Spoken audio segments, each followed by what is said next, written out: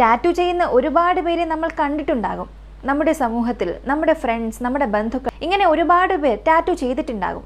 എന്നാൽ ഇങ്ങനെയുള്ളവരുടെ മാനസികാവസ്ഥ എങ്ങനെയായിരിക്കും? ഈ പെർമനന്റ് ടാറ്റു ചെയ്യുന്നവർക്ക് എങ്ങനെയുള്ള അനന്തരഫലങ്ങൾ ഉണ്ടാകും? പറഞ്ഞാൽ വിശ്വസിക്കാനേ സാധിക്കാത്ത ചില കാര്യങ്ങളുണ്ട്. അതൊക്കെയാണ് ഈ വീഡിയോയിലൂടെ കാണാൻ പോകുന്നത്. ഒരുപക്ഷെ ഞാൻ പറയുന്നത് നിങ്ങൾക്ക് വിശ്വസിക്കാൻ സാധിക്കില്ല. നിങ്ങൾക്കും അത് തിരഞ്ഞു നോക്കാം. അതിനുശേഷം നിങ്ങൾക്ക് വിശ്വസിക്കണോ വേണ്ടയോ എന്ന് തീരുമാനമെടുക്കാം.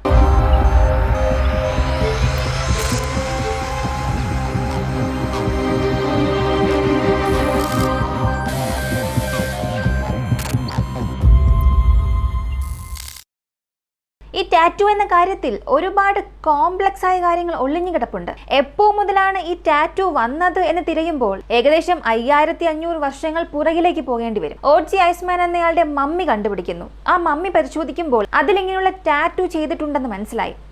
5500 വർഷങ്ങൾക്ക് മുൻപ് തന്നെ അപ്പോൾ ടാറ്റു ഉണ്ടായിരുന്നു. എന്നാൽ അന്ന് ടാറ്റു ചെയ്യുന്നതും ഇന്ന് ടാറ്റു ചെയ്യുന്നതും തമ്മിൽ ഒരുപാട് വ്യത്യാസമുണ്ട്.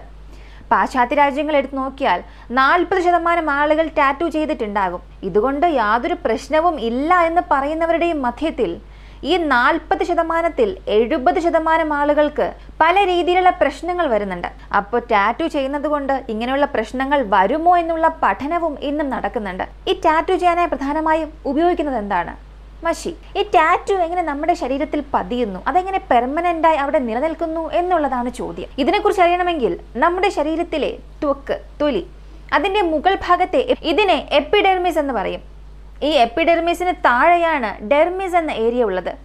ഈ ഡെർമിസ് ലെയറിലാണ് നമ്മൾ ഈ മഷി കുത്തിയിറക്കുന്നത്. ഈ മഷി, അതായത് ടാറ്റു ചെയ്യാനായി ഉപയോഗിക്കുന്ന മഷി എന്നത് ഓരോ ടാറ്റു ആർട്ടിസ്റ്റിന് അല്ലെങ്കിൽ ആ ഒരു കമ്പനിക്ക് അനുസരിച്ച് അത് വ്യത്യസ്തമായിരിക്കും. അതിലുള്ള കെമിക്കൽസും മാറും. 2 സ്ഥലങ്ങളിൽ ചെന്ന് നിങ്ങൾ ടാറ്റു ചെയ്യുന്നുണ്ട്, ടാറ്റു ഒന്ന് തന്നെയാണ്. ഒരേപോലുള്ള ടാറ്റു ആയിരുന്നാലും ഒരു ടാറ്റുവിലുള്ള കെമിക്കൽ കോമ്പണന്റ് മറ്റൊരു ടാറ്റുവിൽ കാണണമെന്നില്ല. അല്ലെങ്കിൽ അതിനേക്കാളും കൂടുതൽ കാണാം, കുറവ് കാണാം. ഇങ്ങനെ പല പ്രശ്നങ്ങൾക്കിടയിലാണ് ഒരു വ്യക്തി തൻ്റെ ശരീരത്തിൽ ടാറ്റു ചെയ്യുന്നത്. ഈ എപ്പിഡെർമിസിൽ ഒരു സൂചി കുത്തുന്നു. ഒന്നല്ല, 1, 3, 5, 10 ഇങ്ങനെ എത്ര സൂചി വേണമെങ്കിലും ആകാം. എത്രത്തോളം കോംപ്ലക്സ് ആയ ടാറ്റു ആണോ നമ്മൾ തിരഞ്ഞെടുക്കുന്നത് അതിനനുസരിച്ചതുപോലെ സൂചിയുടെ എണ്ണത്തിലും വ്യത്യാസമുണ്ടാകും. ആ സൂചി ഒരേ സമയത്ത് നമ്മുടെ തൊലിക്കുള്ളിലേക്ക് എപ്പിഡെർമിസിനെ തകർത്ത് ഡെർമിസ് റീജിയനിലേക്ക് പോകുന്നു. ഇങ്ങനെ പോകുന്ന ആ ഒരു മിനിറ്റിൽ 30 മുതൽ 5000 തവണ ആ സൂചി നമ്മുടെ ശരീരത്തിൽ കുത്തും. അതുകൊണ്ടാണ് ടാറ്റു കുത്തുന്ന സമയത്ത് നമുക്ക് വേദനിക്കുന്നത്. നമുക്ക് വേദനിക്കുമ്പോൾ നമ്മുടെ തലച്ചോറ് എന്തായിരിക്കും ചെയ്യുന്നത്? നമ്മുടെ രോഗപ്രതിരോധ ശേഷിയെ ആക്ടിവേറ്റ് ചെയ്യും. ഈ പ്രതിരോധ ശേഷി ആക്ടിവേറ്റ് ആകുമ്പോൾ അവിടെയുള്ള വൈറ്റ് ബ്ലഡ് സെൽസ് ആയാലും പ്രധാനമായും മാക്രോഫേജസ് വന്ന് ഇതിനെതിരെ പ്രതികരിക്കാൻ തുടങ്ങും. ആ ടാറ്റു കുത്തുന്ന സ്ഥലത്ത് ചെറുതായി ഒരു വീക്കം ഉണ്ടാകും, അല്ലെങ്കിൽ ആ സ്ഥലത്തെ ചുറ്റി ചെറുതായി ഒരു നീറ്റലുണ്ടാകും. ഇതിനെല്ലാം മാക്രോഫേജസ് പ്രതിരോധിക്കാൻ തുടങ്ങും. അങ്ങനെ ഇവ എന്താണ് ചെയ്യുന്നതെന്ന് നോക്കിയാൽ ഡെർമിസ് റീജിയനിലേക്ക് വന്ന് മഷി പുറത്തേക്ക് കൊണ്ടുപോകാൻ ശ്രമിക്കും. എന്നാൽ പുറത്തേക്ക് കൊണ്ടുപോകാനായിട്ടുള്ള പ്രത്യേക സംവിധാനമൊന്നും മാക്രോഫേജസിനില്ല. ഇപ്പോൾ ഇവ ആ മഷിയെ ആഗിരണം ചെയ്യാൻ തുടങ്ങും, അബ്സോർബ് ചെയ്യാൻ തുടങ്ങും. എന്നാൽ ഇങ്ങനെ ആഗിരണം ചെയ്യുമ്പോൾ തന്നെ ഒരു ഘട്ടത്തിൽ അവ മരിക്കും. മറ്റു മാർഗമില്ലാതെ അവയുമായി പ്രതികരിച്ച് തോൽക്കും. അങ്ങനെ തോറ്റതിനു ശേഷം അടുത്ത മാക്രോഫേജസ് വരും. നേരത്തെയുള്ള മാക്രോഫേജസിനെ വൃത്തിയാക്കി ആ ഒരു ഇങ്ക് വൃത്തിയാക്കാനായി വീണ്ടും വരും. പക്ഷെ അതും തോൽക്കും. ഇങ്ങനെ പല വർഷമായി ഈ ഇങ്കിനും നമ്മുടെ രോഗപ്രതിരോധ ശേഷിക്കും ഇടയിൽ ഒരു യുദ്ധം തന്നെ നടക്കും. ഒരു ടാറ്റു കുത്തുന്നത് കാരണം നമ്മുടെ ശരീരത്തിനുള്ളിൽ നടക്കുന്ന ഒരു പ്രവർത്തനമാണിത്. ഇങ്ങനെ ഒരു ടാറ്റു കുത്തുമ്പോൾ അത് പതിയെ വർഷങ്ങൾ കഴിയുന്തോറും മായാൻ തുടങ്ങും, മങ്ങാൻ തുടങ്ങും. ആ ഒരു ടാറ്റുവിൻ്റെ ഷാർപ്നെസ് കുറയാൻ തുടങ്ങും. അതിന് കാരണം നമ്മുടെ ശരീരം അതിനെതിരെ പ്രതികരിക്കുന്നു. അതേസമയം സൂര്യരശ്മികൾ കാരണവും ആ ടാറ്റുവിലെ മഷിയുടെ സ്വഭാവം എന്നത് മാറും. സൂര്യരശ്മികൾ കാരണം ആ ഒരു മഷിയുടെ സ്വഭാവത്തിന് വ്യത്യാസം വരുന്നു, അത് മങ്ങുന്നു എന്നുണ്ടെങ്കിൽ ആ മഷിയുള്ളത് നമ്മുടെ ശരീരത്തിലല്ലേ? അപ്പോൾ തീർച്ചയായും നമ്മുടെ ശരീരത്തെയും അത് ബാധിക്കുമല്ലോ എന്ന് ചോദിച്ചാൽ തീർച്ചയായും ബാധിക്കും. എന്നാൽ എത്രത്തോളം അത് ബാധിക്കുമെന്നുള്ളതാണ് വലിയൊരു ചോദ്യം. പൊതുവെ ഇങ്ങനെയുള്ള ടാറ്റൂയിങ്ങിൽ കാർബൺ ബ്ലാക്ക് എന്ന ഒരു വസ്തു ഉണ്ടാകും. അതായത് പോളിഎറോമിക് ഹൈഡ്രോ കാർബൺ എന്നാണ്, PAH എന്ന് പറയും. ഇതിൻ്റെ കൂടെ തന്നെ ഷെയ്ഡിങ് അഡിക്റ്റീവ്സ് എന്ന ടൈറ്റാനിയം ഡയോക്സൈഡ് ആയിരിക്കാം, അല്ലെങ്കിൽ അയൺ ഓക്സിഡൈസ് ആയിരിക്കാം, ഇതും കൂടി ചേർന്നിട്ടുണ്ടാകും. ഇങ്ങനെയുള്ള മഷിയാണ് നമ്മുടെ തൊലിക്കുള്ളിലേക്ക് കയറ്റിവിടുന്നത്. ഇപ്പോൾ പുതുതായി പല വർണ്ണങ്ങളിൽ ടാറ്റു ചെയ്യുന്നുണ്ട്. അതിന് കാരണം എസോ പിഗ്മെന്റ്സ് എന്നതാണ്. ഈ എസോ പിഗ്മെന്റ്സിൽ ടൈറ്റാനിയം, ബാരിയം, അലുമിനിയം, കോപ്പർ ഇതെല്ലാം കളറൻസ് ആയി ഉപയോഗിക്കുന്നു. അതുമാത്രമല്ല ആന്റിമണി, ആൽസനി, കാഡ്മിയം, കൊബാൾട്ട്, ലെഡ്, നിക്കൽ ഇങ്ങനെ പല രീതിയിലുള്ള കെമിക്കൽ കോമ്പണൻസ് ചേർത്താണ് സ്കിന്നിനുള്ളിലേക്ക് അയക്കുന്നത്. ചില ചെറിയ ചെറിയ മെറ്റൽസ് അതിൻ്റെ കൂടെ ഉണ്ടാകാനും സാധ്യതയുണ്ട്, നാനോ മെറ്റൽസ്. ഈ ഒരു സൂചിയിലുള്ള മഷി, ആ മഷിയിലുള്ള കണ്ണിൽ പോലും കാണാൻ കഴിയാത്ത വസ്തുക്കൾ ഇതെല്ലാം നമ്മുടെ ത്വക്കിൽ കൊള്ളുന്നത് കൊണ്ട് ഒരുപക്ഷെ നിങ്ങൾക്കത് കാരണം ക്യാൻസർ വരെ ഉണ്ടാകാൻ സാധ്യതയുണ്ടെന്ന് പറയുന്നു. ഇപ്പോൾ അതിൻ്റെ പഠനം നടക്കുകയാണ്. ഒരുപക്ഷെ നിങ്ങൾ പറഞ്ഞാൽ വിശ്വസിക്കില്ല, പല പഠനങ്ങളിലും ക്യാൻസർ വരുമെന്ന് തെളിയിക്കപ്പെട്ടിട്ടുമുണ്ട്. ശരി, ഈ ഒരു മഷിയിൽ ഇത്രയേറെ കെമിക്കൽ കോമ്പണൻസ് ഉണ്ടല്ലോ, ഇവയിൽ സൺലൈറ്റ് കൊള്ളുമ്പോൾ, അതും പ്രധാനമായി അൾട്രാ വയലറ്റ് രശ്മികൾ കൊള്ളുമ്പോൾ വീണ്ടും ശരീരം പ്രതികരിക്കാൻ തുടങ്ങും.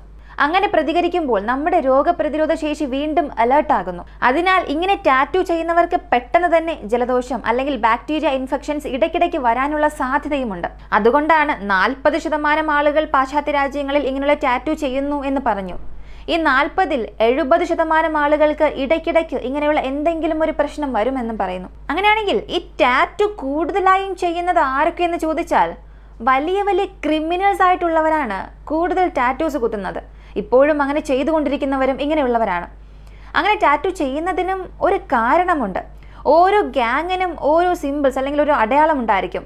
അല്ലെങ്കിൽ ആ ഗ്യാങ്ങിൽ നിന്നും പിരിഞ്ഞുപോയ ഒരു വ്യക്തി, ഞാൻ ഇത്ര കൊലപാതകങ്ങൾ ചെയ്തിട്ടുണ്ട് എന്നുള്ളത് നേരിട്ട് ആരോടും പറഞ്ഞില്ല എന്നുണ്ടെങ്കിലും ആ ടാറ്റു കുത്തിയതിലൂടെ തന്നെ മനസ്സിലാക്കാൻ സാധിക്കും. ഇങ്ങനെയുള്ള ടാറ്റു ചെയ്ത് നിങ്ങൾ പല നാടുകളിൽ ചെല്ലുകയാണെങ്കിൽ നിങ്ങളെ അപ്പം തന്നെ അറസ്റ്റ് ചെയ്ത് ജയിലിലടയ്ക്കാനുള്ള സാധ്യതയുമുണ്ട്. പ്രധാനമായും ബുദ്ധൻ്റെ ഒരു ടാറ്റു ചെയ്തിട്ട് നിങ്ങൾ ശ്രീലങ്കയിലേക്കോ അല്ലെങ്കിൽ ബുദ്ധമതത്തെ വിശ്വസിക്കുന്ന തായ്ലാൻഡിലേക്ക് എവിടെയെങ്കിലും പോവുകയാണെങ്കിൽ ഉടനെ നിങ്ങളെ അറസ്റ്റ് ചെയ്യും. കാരണം അവരുടെ മതത്തിന് എതിരായി നിങ്ങൾ ടാറ്റു ചെയ്തിട്ടുണ്ട്. എൻ്റെ ശരീരമാണ്, ഞാൻ ടാറ്റു ചെയ്തു, എൻ്റെ സ്വാതന്ത്ര്യമാണ്, ഇങ്ങനെയൊന്നും പറഞ്ഞ് രക്ഷപ്പെടാനും സാധിക്കില്ല. ഇതേ കാര്യം നിങ്ങൾ മലേഷ്യയിൽ മുഹമ്മദ് നബിയെക്കുറിച്ചോ അല്ലെങ്കിൽ അറബിയിൽ എന്തെങ്കിലും ടാറ്റു ചെയ്യുകയാണെങ്കിൽ നിങ്ങൾക്ക് ശിക്ഷ ലഭിക്കാനുള്ള സാധ്യതയുണ്ട്. ഇവിടെ മാത്രമല്ല, ഇറാൻ പോലുള്ള നാടുകൾ, തുർക്കി ഇങ്ങനെയുള്ള നാടുകളിലും ഈ മതപരമായ ടാറ്റു ചെയ്യുന്നതിനൊക്കെ നിരോധനം ഏർപ്പെടുത്തിയിട്ടുണ്ട്. ഉത്തര കൊറിയയിൽ സ്ത്രീകൾ ടാറ്റു ചെയ്തിരിക്കുകയാണെങ്കിൽ അവർ വളരെ മോശമായ കുടുംബത്തിൽ നിന്ന് വന്നവരാണ്, അവർ വളരെ മോശമായ സ്ത്രീകളാണ്, ഇങ്ങനെയൊക്കെ ആ ഒരു ടാറ്റുവിലൂടെ തന്നെ പറയാതെ പറയും. അപ്പോൾ നിങ്ങൾ ഉത്തര കൊറിയയിലേക്ക് പോകുന്നു, നിങ്ങളുടെ ശരീരത്തിൽ ടാറ്റു ഉണ്ടെന്നുണ്ടെങ്കിൽ നിങ്ങളുടെ കുടുംബത്തെ വരെ അവർ മോശമായി പറയും. അങ്ങനെയാണെങ്കിൽ ഉത്തര കൊറിയയിലെ പുരുഷന്മാർക്ക് ടാറ്റു ചെയ്യാമോ എന്ന് ചോദിച്ചാൽ, ഞാൻ എൻ്റെ കുടുംബത്തെ സ്നേഹിക്കുന്നു എന്ന് കുടുംബത്തെക്കുറിച്ചൊക്കെ ടാറ്റു കുത്തുന്നത് അവിടെ സാധ്യമല്ല. അവർ പ്രണയിക്കേണ്ടത് കുടുംബത്തെയല്ല, ആ നാടിനെയാണ്. ഇപ്പോൾ കമ്മ്യൂണിസത്തെ സപ്പോർട്ട് ചെയ്യുന്ന ടാറ്റു മാത്രമേ നിങ്ങൾക്ക് ചെയ്യാൻ സാധിക്കൂ. അതിനെതിരെ നിങ്ങൾ എന്തെങ്കിലും ചെയ്താൽ പിന്നെ നിങ്ങളുടെ അവസ്ഥ മറ്റൊന്നായിരിക്കും. ഇനി ജപ്പാനിൽ പോയി ടാറ്റു ചെയ്തിട്ട് നടക്കാമോ എന്നൊക്കെ ചോദിച്ചാൽ, ജപ്പാനിൽ തന്നെ 2 രീതിയിലുണ്ട്. ടാറ്റു ചെയ്താൽ പ്രശ്നം ഇല്ല എന്നൊരു ഭാഗം, പ്രശ്നം ഉണ്ട് എന്ന് പറയുന്ന ഒരു ഭാഗം. നിങ്ങൾ ടാറ്റു കുത്തിയിട്ട് പോവുകയാണെന്നുണ്ടെങ്കിൽ നിങ്ങൾ ഏതോ ഗ്യാങ്ങിൽ നിന്നാണ് വന്നത്, ഏതോ റൗഡി ഗ്യാങ്ങിൽ നിന്ന് വന്നു എന്ന് പറഞ്ഞ് അറസ്റ്റ് ചെയ്യാനുള്ള സാധ്യതയുണ്ട്. ജപ്പാനിൽ യക്കൂസ ഗ്യാങ് എന്നുള്ളത് വളരെ ഫേമസ് ആണ്. അവർ ആ ഒരു ഗ്യാങ്ങിൽ നിന്നാണ് നിങ്ങൾ വന്നതെന്ന് പറഞ്ഞ് നിങ്ങളെ അറസ്റ്റ് ചെയ്യും. ഇനി നിങ്ങൾ സ്ലോവേക്കിയയിലേക്ക് പോകുന്നു, ഫ്രാൻസിലേക്ക്, ജർമ്മനിയിലേക്ക് പോകുന്നു, നിങ്ങളുടെ ശരീരത്തിൽ നാസിയുടെ അല്ലെങ്കിൽ ഹിറ്റ്ലറുടെ അതിനെ അടിസ്ഥാനമാക്കിയുള്ള ഏതെങ്കിലും ഒരു ടാറ്റു ഉണ്ടെങ്കിൽ നിങ്ങളെ ഒരു കുറ്റവാളിയായി അറിയിക്കും. കാരണം അത്രത്തോളം കഷ്ടപ്പെട്ട് വേദന സഹിച്ച് നാസിസത്തെ സപ്പോർട്ട് ചെയ്ത് ഒരു ടാറ്റു കുത്തുകയാണെന്നുണ്ടെങ്കിൽ നിങ്ങൾ അവരെ സപ്പോർട്ട് ചെയ്യുന്നവരാണെന്ന് പറഞ്ഞ് ആ ഗവൺമെൻറ് നിങ്ങളെ ജയിലിലടയ്ക്കാൻ സാധ്യതയുണ്ട്. അവിടെയൊക്കെ പോകുമ്പോൾ ഇങ്ങനെയുള്ള ടാറ്റു ചെയ്യരുത്. അടുത്തത് മുൾക്കിരീടം തലയിൽ ടാറ്റു ചെയ്യാറുണ്ട് ചിലരൊക്കെ. ആ ഒരു മുൾക്കിരീടത്തിൽ ചെറിയ ചെറിയ കെട്ടുകൾ ഉണ്ടാകും, മുള്ളുകൊണ്ടുള്ള കെട്ടുകൾ ഉണ്ടാകും. ഈ കെട്ടുകൾ പറയുന്നത് എത്ര പേരെ നീ കൊന്നു എന്നുള്ളതിനെ സിംബോളിക്കായി കാണിക്കുന്നതാണ്. വെറുതെ ഒരു തമാശയ്ക്ക് വേണ്ടിയൊക്കെ ഇന്ത്യയിൽ ടാറ്റു ചെയ്യുന്നുണ്ട്. എന്നാൽ ഇതിന് പുറകിൽ പല സത്യവും ചരിത്രവും പല ക്രിമിനൽ റെക്കോർഡ്സും ഉണ്ട്. ഇങ്ങനെ മുൾക്കിരീടത്തിന്റെ ടാറ്റു ചെയ്യുന്നവർ ഏതോ ഒരു കാലത്ത് പല കൊലപാതകങ്ങൾ ചെയ്തവരായിരിക്കാം എന്നാണ് പറയപ്പെടുന്നത്. അടുത്തത്, കിരീടത്തിന്റെ ടാറ്റു വെച്ചിട്ട് US-ലൊക്കെ പോകാൻ സാധിക്കുമോ എന്ന് ചോദിച്ചാൽ, ടാറ്റു ചെയ്തിട്ട് US-ലേക്ക് പോകാം. പക്ഷെ ആ കിരീടത്തിൽ 5 മുനകൾ ഉണ്ടായിരിക്കും. ആ 5 മുനയിൽ ഏതെങ്കിലും ഒരു മുന വലുതോ കൂർത്തതോ ആണെങ്കിൽ നിങ്ങൾ ലാറ്റിൻ കിങ്സ് ഗ്യാങ്ങിലാണെന്ന് അറിയപ്പെടും. നിങ്ങളെ അന്ന് തന്നെ ആരെങ്കിലും വെടിവെച്ച് കൊല്ലുമെന്നും പറയുന്നു. അടുത്തതായി, നമ്മുടെ നാട്ടിൽ ഒരുപാട് ഹീറോയിൻസ് 3 ഡോട്ട് മാത്രം ഇടും. ഈ 3 ഡോട്ടിന് എന്താണ് അർത്ഥമെന്ന് പലരും ചിന്തിക്കാം. അങ്ങനെ പ്രത്യേകിച്ചൊന്നുമില്ല. ഞാൻ നിയമങ്ങളൊന്നും പാലിക്കില്ല, എൻ്റെ ലോകം മറ്റൊന്നാണ്, ഇങ്ങനെ ഒരു സിമ്പിളാണ് ഈ ഒരു 3 ഡോട്ട്. ഈ ഒരു ടാറ്റു കുത്തിയിട്ടാണ് പലരും സ്റ്റൈലായി നടക്കുന്നത്. എന്നാൽ പല നാടുകളിൽ ഇങ്ങനെ ടാറ്റു ചെയ്തവരെ മോണിറ്റർ ചെയ്യാൻ തന്നെ പല സംഘടനകളുണ്ട്. ഇതും ഒരു സത്യമാണ്. ബ്രസീലിലാണെങ്കിൽ നിങ്ങൾ ജോക്കർ ടാറ്റു ചെയ്യാൻ പാടില്ല. ഇങ്ങനെ പല നാടുകളിലും ടാറ്റു സംബന്ധിക്കുന്ന പല നിയമങ്ങളുണ്ട്. നിങ്ങൾ ഏതെങ്കിലും നാട്ടിൽ പോവുകയാണ്, നിങ്ങളുടെ ശരീരത്തിൽ ടാറ്റു ഉണ്ട്, അത് പുറത്ത് കാണിക്കാമോ വേണ്ടയോ എന്നുള്ളത് പലതവണ ചിന്തിക്കുക. അവിടെയുള്ള നിയമങ്ങൾക്കനുസൃതമായി നിങ്ങൾ പദ്ധതിയിടുക. ഇപ്പോൾ ഒരു ടാറ്റുവിലെ മഷി കാരണം ഒരുപാട് പ്രശ്നങ്ങൾ വന്നുകൊണ്ടിരിക്കുന്നു.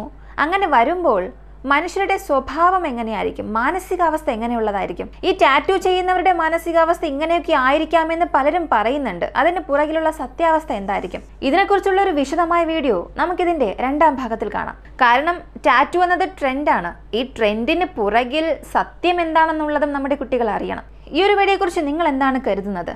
ഈ പച്ച കുത്തുന്നതിന് പുറകിൽ ഇങ്ങനെയുള്ള കാരണങ്ങളും അല്ലെങ്കിൽ സത്യങ്ങളും ഉണ്ടോ?